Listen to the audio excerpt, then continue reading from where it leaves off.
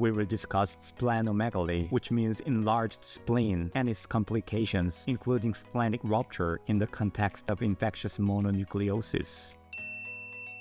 Infectious mononucleosis, often caused by the Epstein-Barr virus, is an illness that affects the immune system and can impact the spleen because of its role in filtering blood and helping the body fight infections. Splenomegaly is a common finding in infectious mononucleosis, occurring in about 50 to 60% of patients. The spleen usually becomes larger early in the illness, but it typically starts returning to its normal size by the 3rd week of symptoms.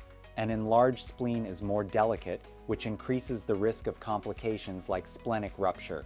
Splenic rupture, while rare, is a potentially life-threatening complication of infectious mononucleosis. It happens in about 1 to 2 cases per 1,000 patients and is more common in males, particularly those under 30 years of age. This complication usually occurs about 2 weeks after symptoms of infectious mononucleosis begin, though it can happen as early as 4 days or as late as 8 weeks. In over half of the cases, splenic rupture happens spontaneously, meaning it occurs without any clear injury or trauma. People may notice sudden and severe abdominal pain or symptoms related to internal bleeding, like dizziness or a feeling of weakness due to a drop in blood levels. Treatment for splenic rupture depends on its severity. Doctors often try to manage it without surgery, focusing on supportive care and monitoring while allowing the spleen to heal naturally. In some cases, surgery to remove the spleen may be necessary.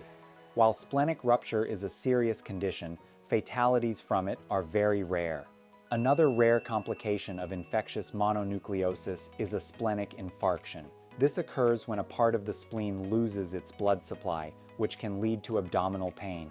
In some instances, splenic infarctions are discovered accidentally during tests for other reasons, as they may not cause noticeable symptoms. If you are diagnosed with infectious mononucleosis, it is important to avoid activities that could increase the risk of injuring your spleen while it is enlarged. This includes contact sports, heavy lifting, or other strenuous activities, as these can raise the likelihood of splenic rupture.